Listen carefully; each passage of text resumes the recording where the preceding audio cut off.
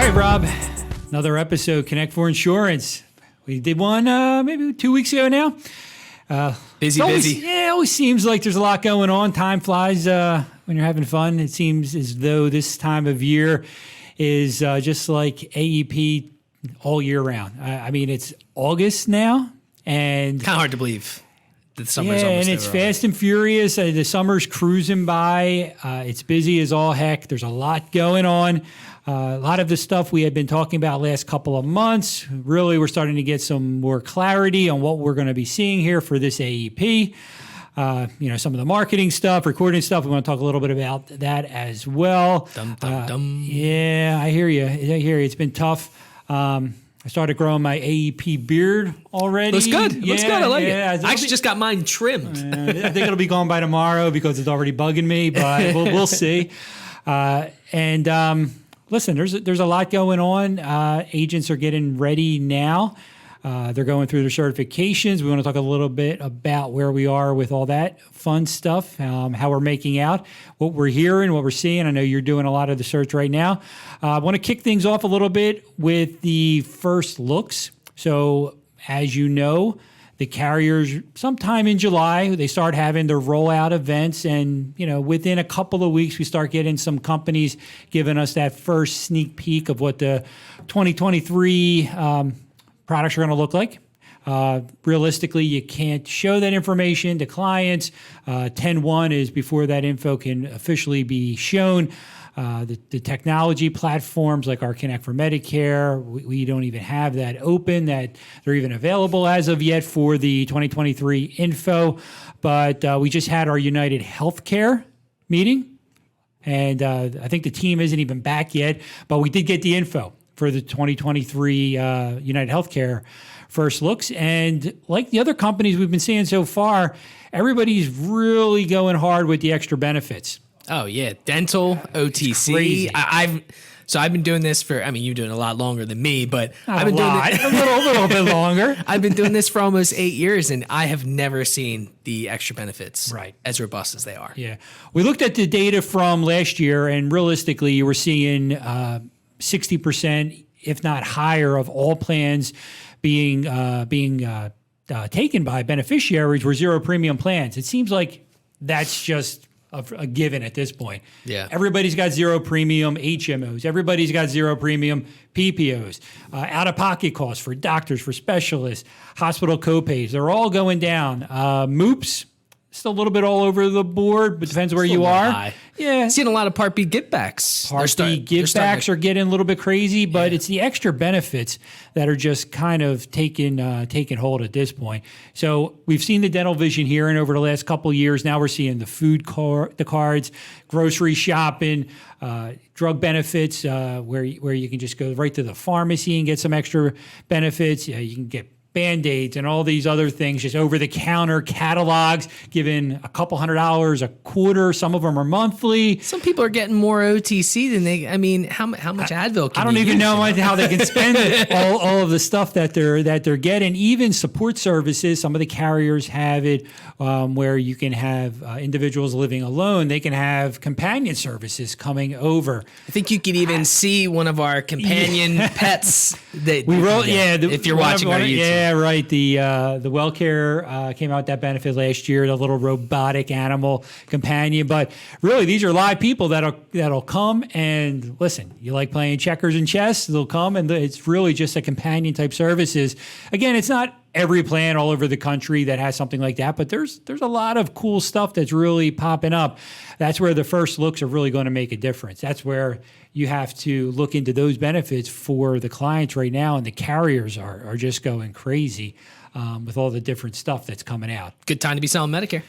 It is insane, and I just saw CMS. So CMS just rolled out some additional data on the plans being sold. So MedSup, been around for many, many years. It was sort of the go-to. MedAdvantage came out early 2000s, 2006-ish, where they really started taking off. And at this point, it's over 2-to-1 individuals with Medicare Advantage plans over Medicare supplement plans, which I don't recall having seen. It was always right about that 2-to-1 mark, but the latest data, which came out a couple of weeks ago from CMS, showed that Med Advantage was about 29,000, and Med Sups was about 29 million versus 14 million on Medicare supplements. So 2 to 1, and I think it gets the extra benefits. I mean, listen, at the end of the day, zero premium, everything in one plan. Go to the pharmacy, go get the grocery, go work out. Yeah, go work out. You got gym memberships, so it's really going crazy. So great time, as you mentioned, to be in the Medicare Advantage space. I know here we've got all the Medicare Advantage first looks that we're making available. If you're licensed and you're ready to sell, we can show you all the gory details on what you're looking forward to come October 1st, when you can start showing your beneficiaries the information. So good time to start getting that info going. But that being said, are the agents getting certified? So that's always been your baby in the office, right? Yeah. Getting certifications done, working with the agents. Technology is sometimes an issue. Let's start with, we talked a little bit about it in other episodes, but what are you seeing with AHIP? Agents getting through it easy enough? Still a little bit challenging? So I've been giving it some time. You know, I've been going through a lot of the different processes with AHIP, and I think it's around the same as it was last year. Right. People are still getting into the issue of like getting an 88, an 86. Right. There's still a couple, and I don't know what they did this year, but they did get a little more lengthy. Some of the new questions are like basically half a paragraph Right. per answer. Right. And, you know, I think people aren't, they're missing like the little tidbits. Like, hey, which is not the correct way to do it. Exactly. You know, at least some of the carriers, when they ask those questions, they bold and highlight, you know, not Right. or what is the correct. They don't do that on 3 AHIP. long paragraphs, and then option 4 is all the above or none of the above, or you know there's always little twists they put in there. So you really do have to take the time with the practice test. Remind everybody, were they a little bit easier getting through? Were you able to click through them a little bit quicker? So 1, 2, and 3, if you're a returning agent, you can, there was some confusion on this. So to clarify, you can skip the actual content. You can't skip the quiz at the end. It's a 20-question module quiz for each one. You have to take that regardless. And honestly, I don't see why you wouldn't, because they're going to ask you from a pool of questions from those modules. Yeah, so that's what I think you had said last episode was a lot of the actual test questions are the same questions from the practice questions. They've gotten better with that. So, you know, which is great. Not all. Not all. So that's where you're getting that 88, because you're missing that one extra answer, that can throw you off. But if you've missed our last podcast episode and you don't feel like re-downloading it or listening to it, I'll give you a tidbit, and this is what I tell everyone to do.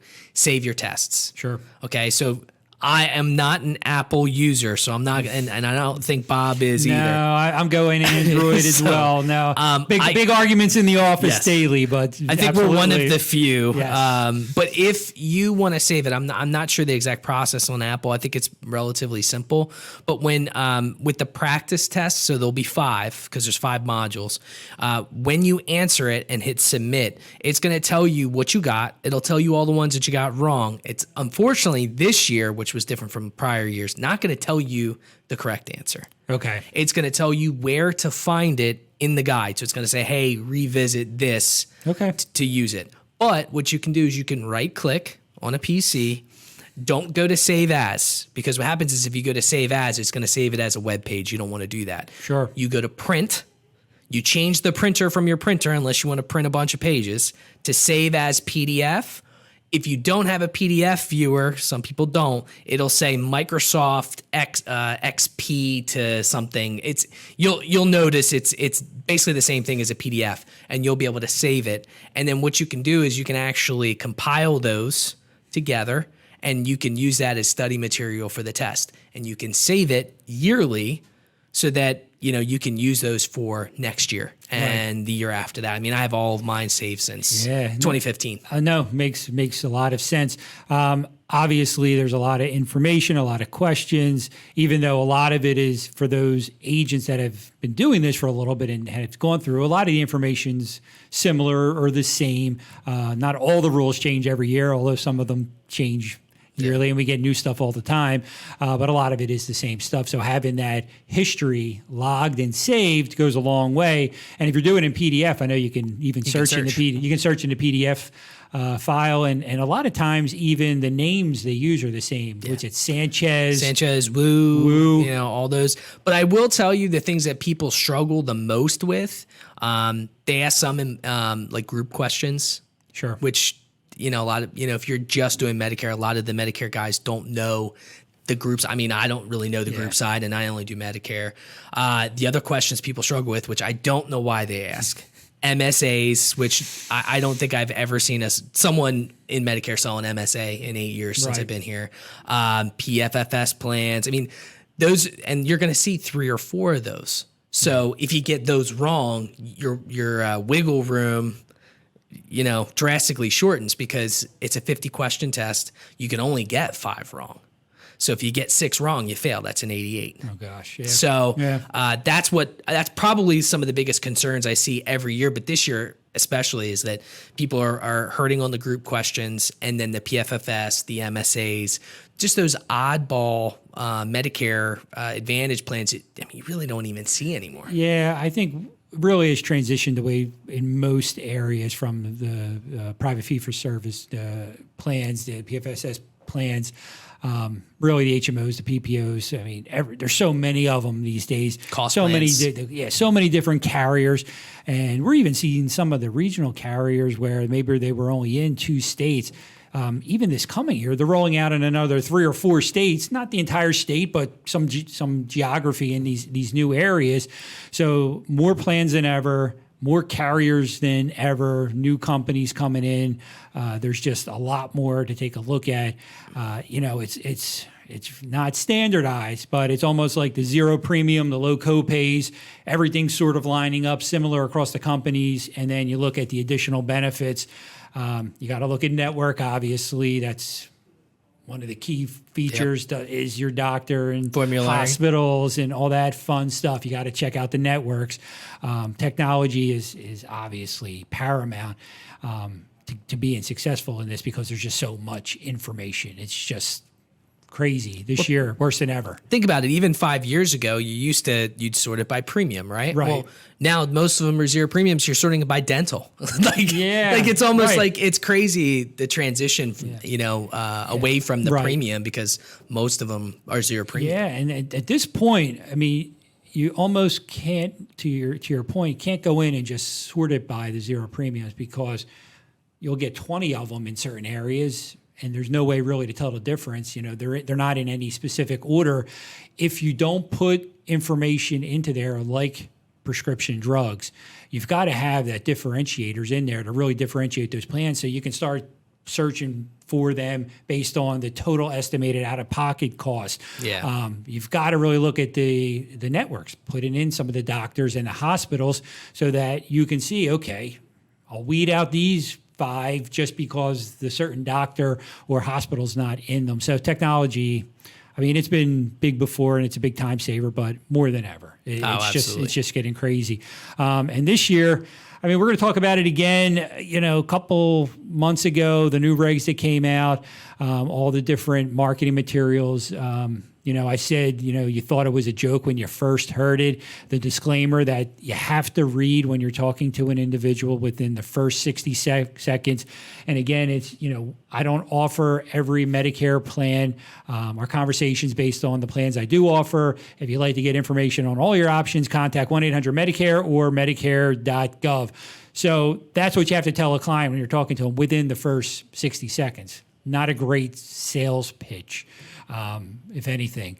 But it's here. I mean, listen, and we said it in the last podcast, there were certain entities like NAHU that were getting clarifications. They want to see if they could get some maybe pullback on the scope of it. So it's not only still for new possible beneficiaries and clients, your existing clients you have to do this with.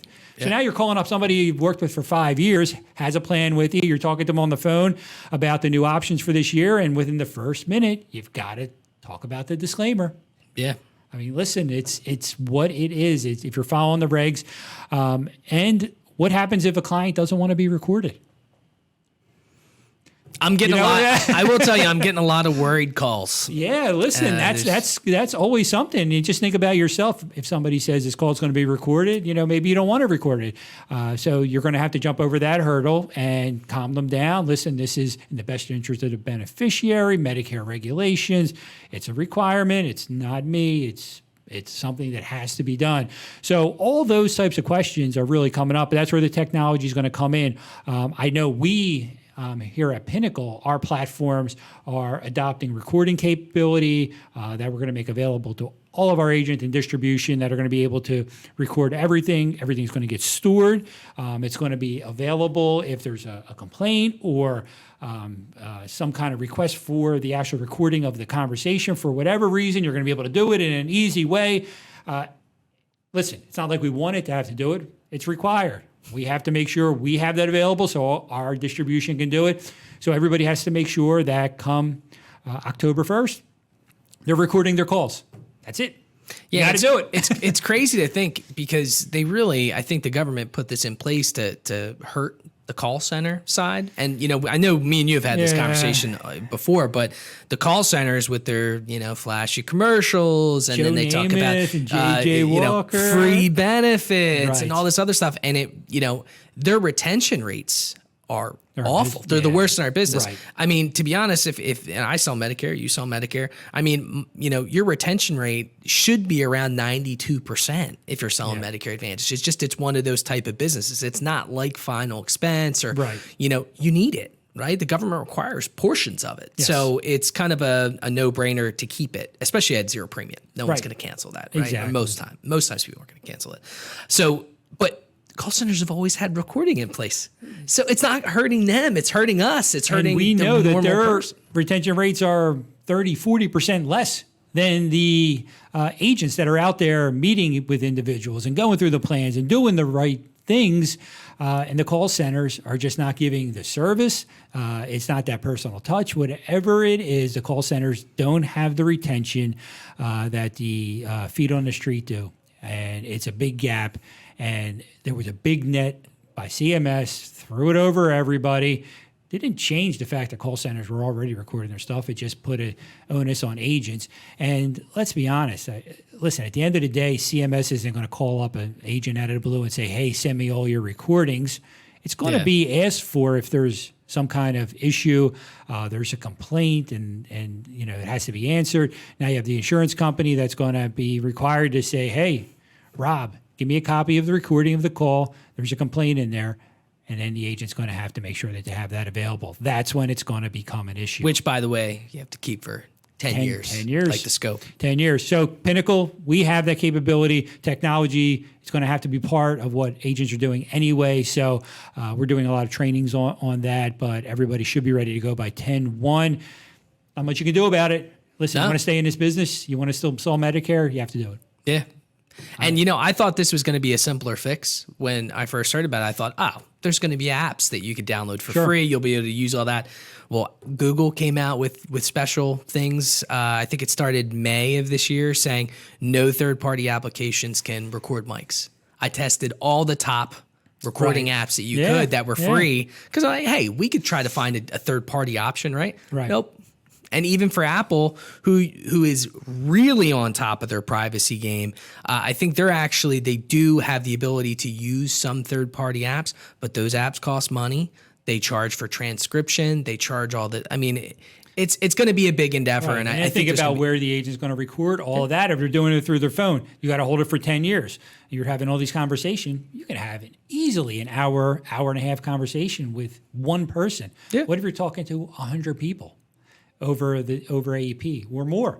If you're talking to your existing client base, know the time of recording that's going to be needed and held is just enormous. So it's really a difficult challenge, but I know here at Pinnacle, we're going to have something available that's going to be easy. We're going to do trainings on it, and all the agents are going to have availability to use it, which, listen, they're going to have to. Yeah. Agents are going to have to use it. And I will tell you a tidbit. If you're going to be using Zoom or Teams or something like that to record, those audio files, because they're going to be paired most of the time with video, they're going to be large files. Oh, yeah, So absolutely. I would now plan on preparing to have an external hard drive. I mean, you could typically now get a couple terabytes for $50, $100. Most of the time, if you have Microsoft Office 365, they come free with a terabyte or 2 terabytes of storage. So, you might have, I think they give you a terabyte of storage per account. You can have up to 5 accounts. So maybe you just create a couple accounts. A terabyte will hold a decent amount, but you got to be careful. If you're doing Zoom and stuff, you're going to fill up that stuff in.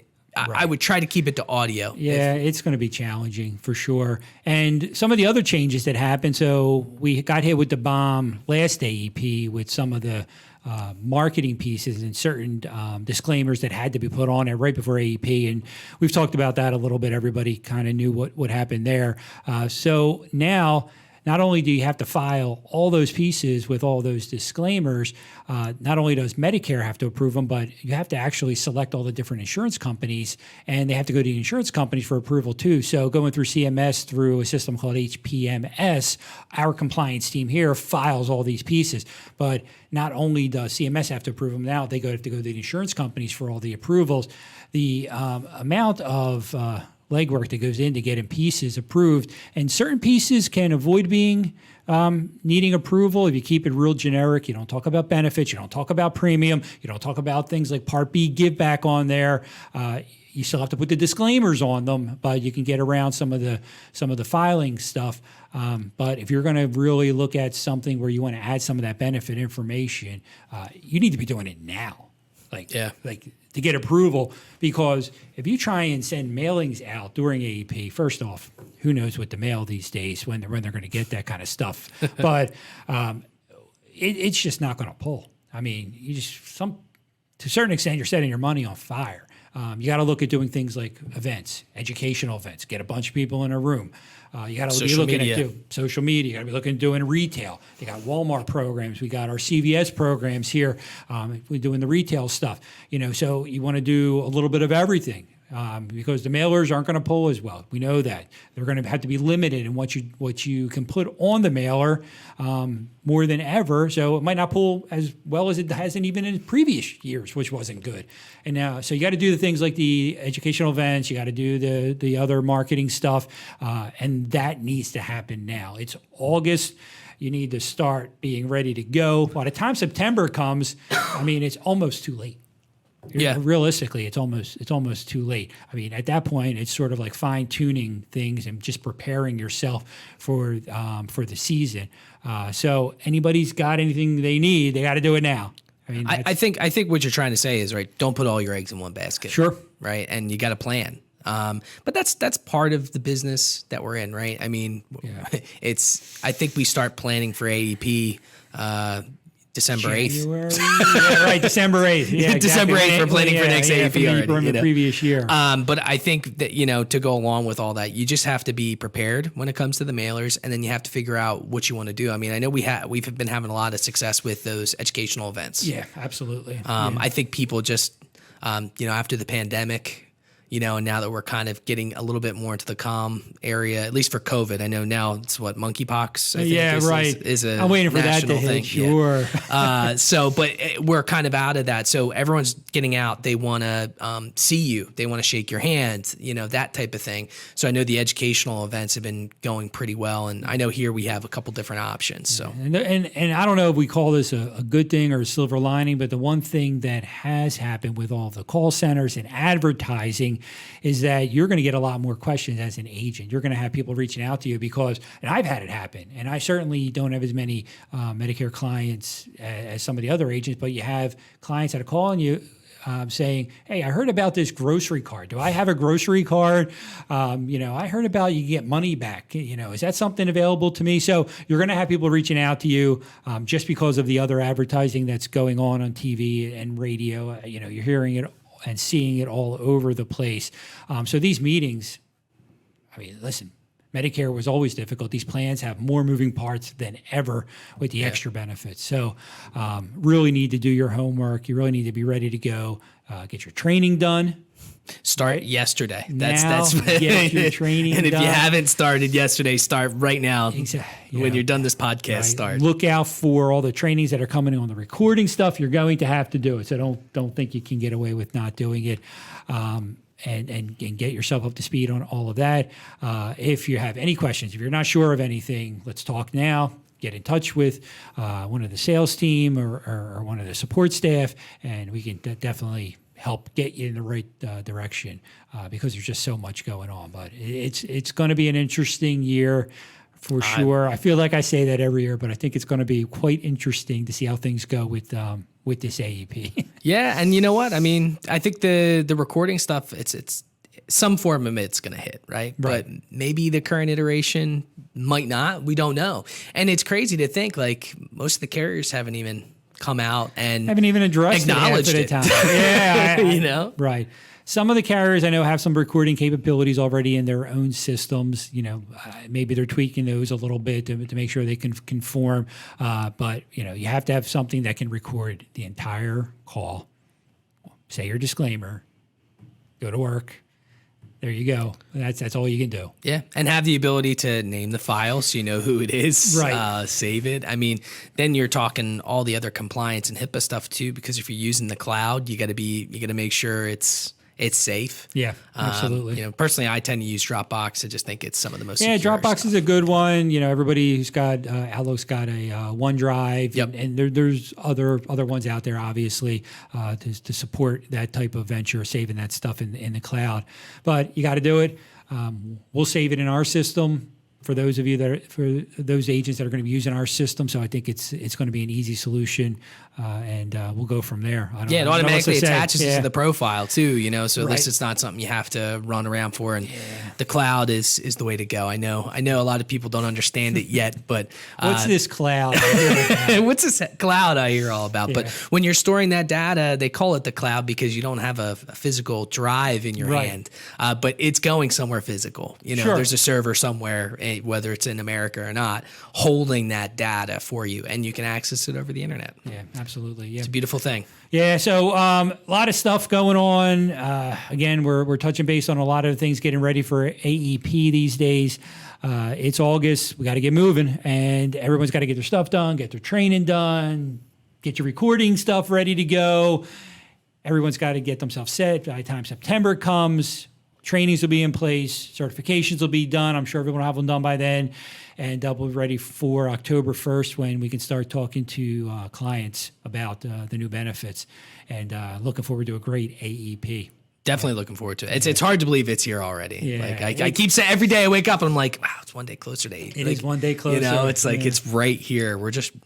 I'm just ready for it. Yeah, you know? absolutely. There's that, you get it in the pit of your stomach. It's the you're not, anticipation. you know? Oh, yeah, absolutely. Yeah. So we're going to end it there. A lot of good stuff. Any questions, reach out to us here at the team at Pinnacle. But for Rob, I'm Bob. And again, look forward to another episode of Connect4Insurance here shortly. And this one will be available probably in the next couple of days to download. We're Friday here, so hopefully by Monday we'll have it all set and ready to go. You could download it in any format on I any know. podcast network you could think of, and follow us on our social medias. You know, we Absolutely. post some really great stuff on our YouTube, our Twitter, our LinkedIn, everything. So Absolutely. thank you, everybody. I appreciate Have it. a great rest of your day. Looking forward to a great AEP. Talk to everybody soon. Have a great weekend. Take it easy. You're up.